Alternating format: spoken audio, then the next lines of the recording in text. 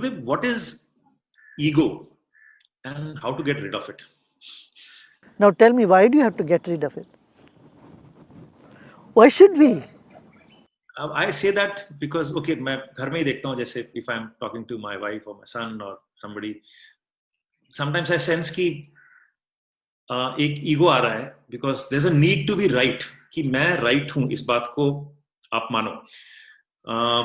Sometimes even when people know कि हम गलत हैं या खुद को भी कभी एहसास हो, तो वो एक्सेप्टेंस थोड़ा आदमी बड़ा धीरे से करता है. तो इसलिए मैं कहता हूँ कि ये ईगो है हमारा, जो हमको ये कहने नहीं देता कि हम गलत हो सकते हैं. तो मुझे लगता है उससे अगर आजाद आदमी हो जाए तो रिश्ते बेहतर होंगे, सब कुछ बेहतर होगा. मैं कहूंगा कि for God's sake don't try to get rid of ego. Let it be there. You know why? If I say, oh, I have gotten rid of my ego, that would be the biggest ego. Okay. That's well said. So, ego can be there. Ego means an identification. You identify yourself with something, either a thought process or a feeling or an ideology, or you take a position. That is what you're. Why people want to get out of ego? Because it gives pain sometimes. Because your heart says no, what the other person is saying truth. But it is the difference, the wall that comes between you and that your own wall does not allow you to accept it. So it gives you pain.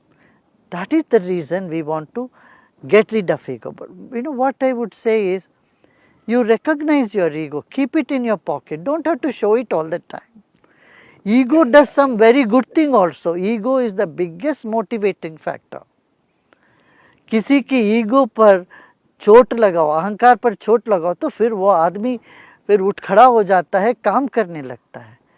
हर अच्छे काम के पीछे भी ego होती है, वो ego रहने देना चाहिए. तो इसलिए 3 तरह की ईगो होती है. एक सात्विक ईगो, राजसिक, तामसिक ईगो.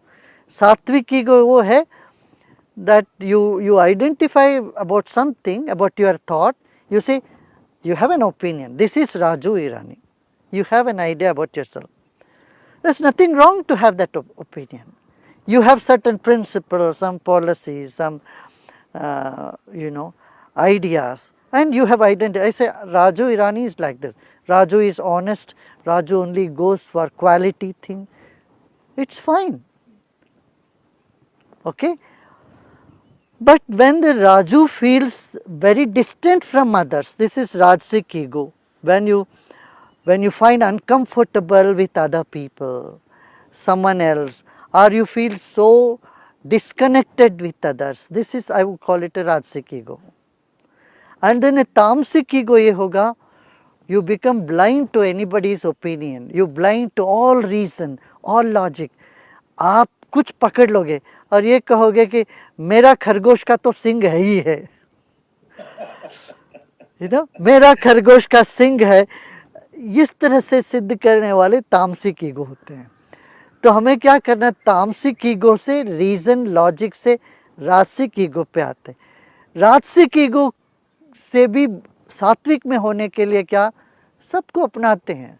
अब देखो, आप अपने घर में अपने वाइफ के साथ, बेटों के साथ जिस आराम से रहते हो, where you are ready to take a comment or an adverse remarks without any hesitation. This is, I would call, a sattvic ego. But if you have the same mindset of sense of belongingness with your own team, that they feel comfortable giving you honest feedback and you are ready to take them, I would call, that is it. That is how you have gotten over your Rajasic, and where you are not dictatorial, you are not all the time imposing your own idea, you are open to ideas. So in this way we can say it's a Sattvic ego, and it's good to have Sattvic ego, I tell you. Fantastic, well said. मुझे लगता है philosophical मैंने काफी पूछ लिया. अब मैं कुछ आपसे सॉल्यूशंस चाहूंगा कुछ चीजों के. जैसे ईगो की बात की, एक दूसरी चीज होती है जो सबके साथ होती है कि एक आवाज है हमारे अंदर जो कॉन्स्टेंटली चैटर करती रहती है, एक cut cut cut cut cut cut. जब भी आप अकेले बैठे हो, कहीं बैठे हो, तो भी लोगों के बीच में भी शायद वो आवाज आके वो कभी आपके फेवर में बात करती है, कभी आपके अगेंस्ट में बात करती है।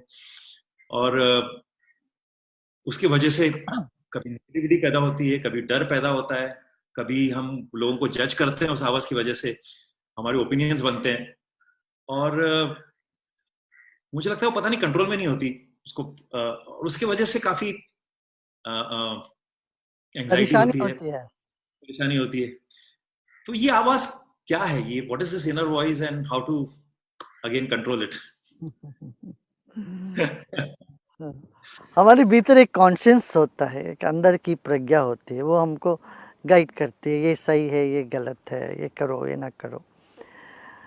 कभी कभी हमारा तनाव ज़्यादा बढ़ जाता है ना, तो ये आवाज़ क्लियर नहीं होता है। When we are stressed, it is not clear, so confusion से confusion बढ़ता जाता है। तो मैं कहूँगा उस वक्त जो स्ट्रेस्ड होता है, आवाज़ को इग्नोर करो। आप उस वक्त बैठ के थोड़ा रिलैक्स करो और leave it to the nature, nature is going to do the best for you. ये इस बात पर विश्वास करो और रिलैक्स करो। No, the best will happen to me, let me relax. And here it is important we do some breathing, do some meditation. Meditation के बाद जब मन स्ट्रेस फ्री हो जाता है, तब आवाज़ एकदम क्लैरिटी के साथ मिलेगी। इसको हम इंट्यूशन कह सकते हैं।